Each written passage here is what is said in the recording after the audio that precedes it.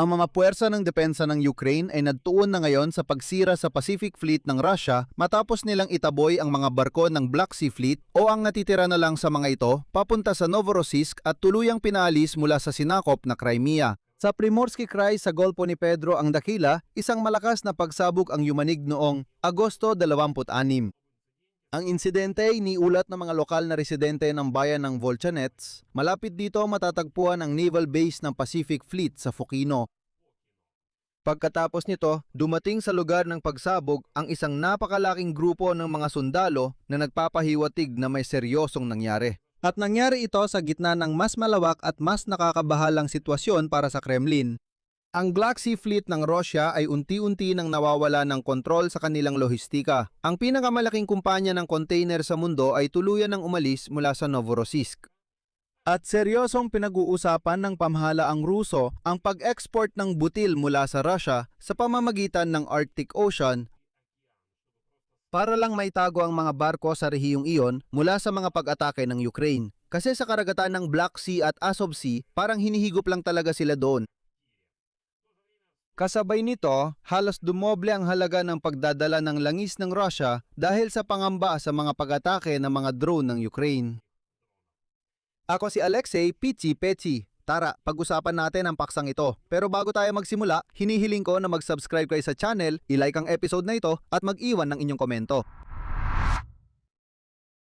Sige, simulan natin sa pagsabog sa Karagatang Pasipiko. Sa mga video nakuha ng mga nakasaksi at inilatala ng monitoring channel na Supernova Plus, makikita ang makapal na usok na umaakyat sa ibabaw ng dagat. At ayon sa mga nakasaksi, pagkatapos ng pagsabog ay may mga militar sa lugar. Dumating sila doon at agad na sinimulang, kumbaga, subukang itago ang mga naging resulta ng insidente. Walang opisyal na pahayag mula sa Ministry ng Depensa ng Russian Federation. Siyempre, dahil para sa kanila, alam mo na, may pagputok lang na nangyari. Hindi naman daw yun pagsabog.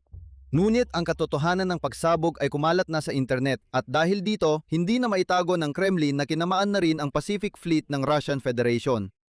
Sa bayan ng Volchanets, may malakas na ingay at ganito ang nangyari sa dagat. Pagsabog.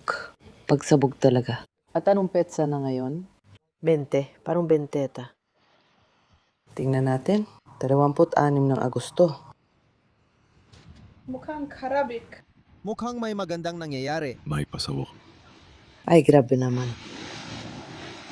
Akala ko eroplano lang yon, tulad ng madalas lumilipad dito sa amin. Ngayon ko lang nakita. Hindi ko na. Ganito ang mga epekto. May mga sundalo na nakatayo. Ayan, may kung anong umuusok. At nandoon siya.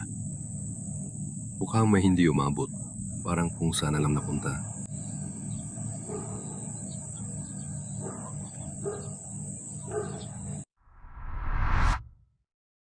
Sa kasalukuyan, nagsasagawa ng pagsasanay ang Pasipikong hukbong dagat. Noong Agosto 25, iniulat na ang mga anti-submarine na eroplano na Tu-142 ay nagsagawa ng paghahanap ng mga submarino malapit sa Kuril at nagulog ng bomba sa kalabang submarino. Sa mismong Golpo ni Pedro ang Dakila, sa naval range ng Luk ng Ana, nakatakda ang mga taktikal na pagsasanay ng pandagat na himpapawid. Noong Agosto 27 at 28 na may kasamang aktwal na pagpapaputok at paggamit ng mga sandata.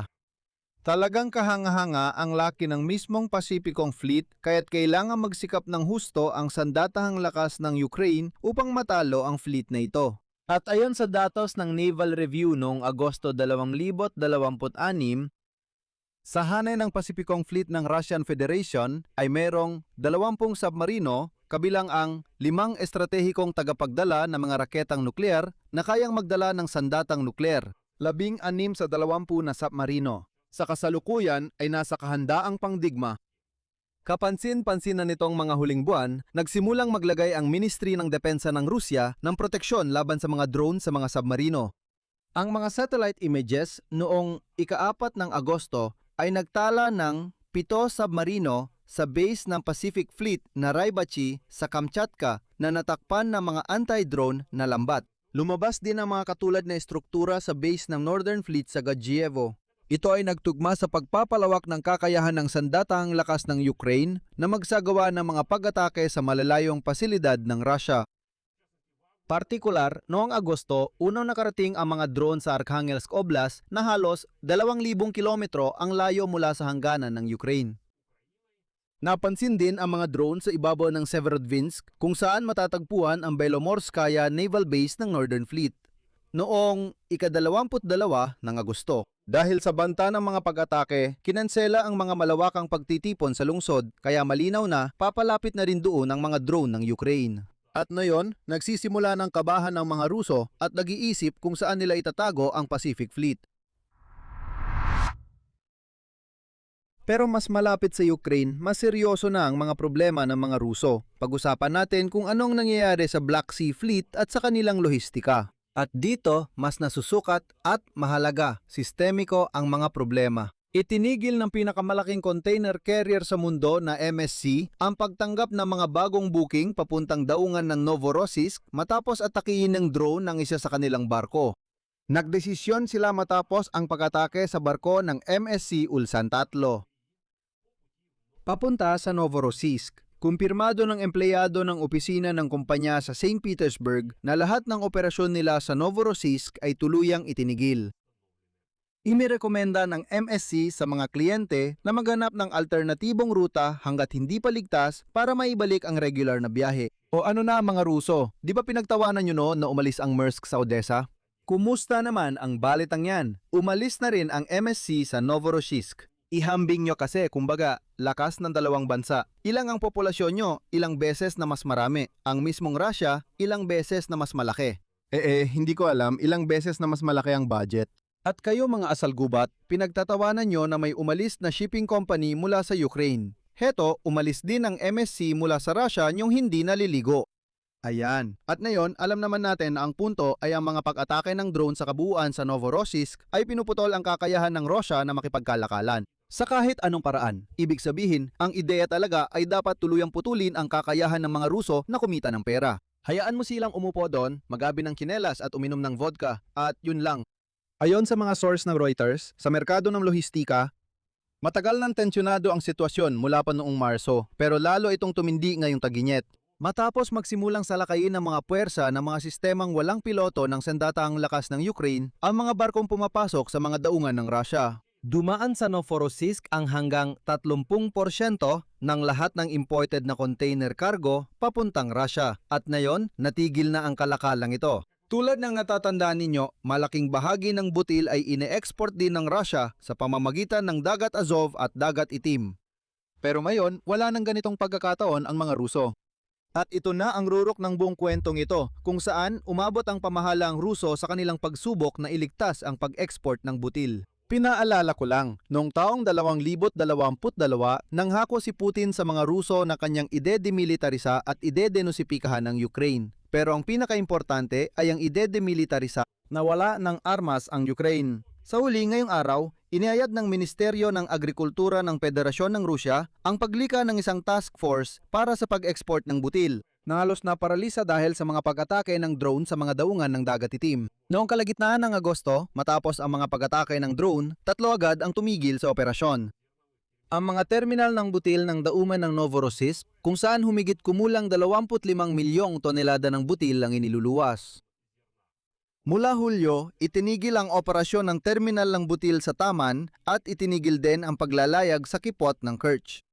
Sa huli, pinag-aaralan ngayon ng pamahalaan ng Federasyon ng Rusya ang posibilidad ng pag-export ng butil sa pamamagitan ng hilagang ruta ng dagat. Ginagawa lang ito sa pag-asang maitago ang butil mula sa mga pag-atake ng drone ng Ukraine. Sa ngayon, mahigit 75% ng kabuuang kapasidad ng Rusya para sa pag-export ng butil sa pamamagitan ng Itim at Azov na dagat ay sarado na. Ang tanging gumagana na lang sa rehiyong ito ay ang daungan ng Tuapse, pero ang kapasidad nito ay 250,000 tonelada lang kada buwan. Napakaliit niyan. Ang pag-export ng trigo ng Rusya noong Agosto ay bumaba sa pinakamababang antas sa loob ng 16 na taon, mas mababa sa 2 milyong tonelad. At ang pangunahing bahagi ng dami na ito ay nailabas pa noong unang kalahati ng Agosto habang gumagana pa ang Novorossiysk. Ibig sabihin, na yon halos wala na talaga.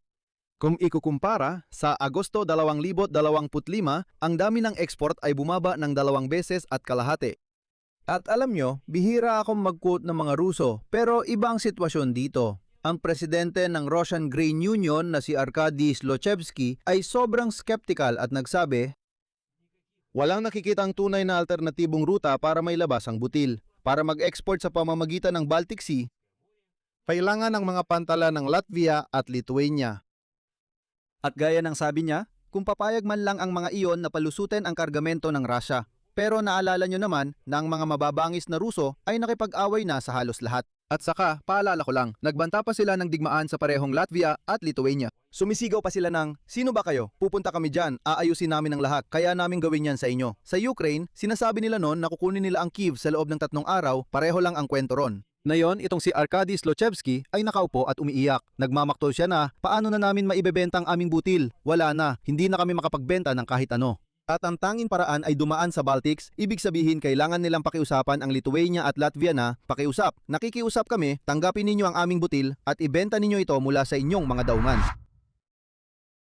At sa larawang ito ng kolapsong pandagat, dapat nating idagdag ang isang detalye na tinalakay na natin sa nakaraang episode. Ang halaga ng pagdadala ng langis ng Russia papuntang India ay tumaas sa pinakamataas na antas sa loob ng maraming taon dahil din sa mga parehong pag-atake. Ang freight ng tanker na Suezmax mula Novorossiysk o, yun mismo, ay umabot na sa $20 milyong. Samantalang isang buwan lang ang nakalipas, ito ay nagkakahalaga lang ng mga $13 milyong.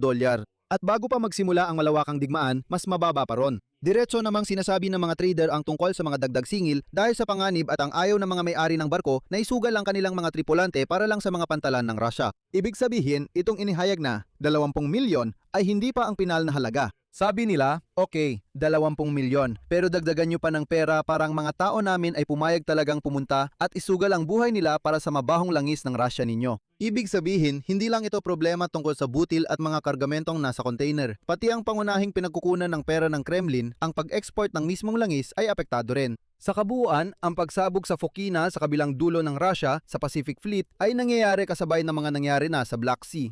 Ang pinakamalaking pandaigdigang kumpanya ng container shipping ay tuluyan ng umalis mula sa Novorossiysk. Bumagsak ang pag-export ng butil ng Russian Federation sa pinakamababang antas sa loob ng 16 na taon.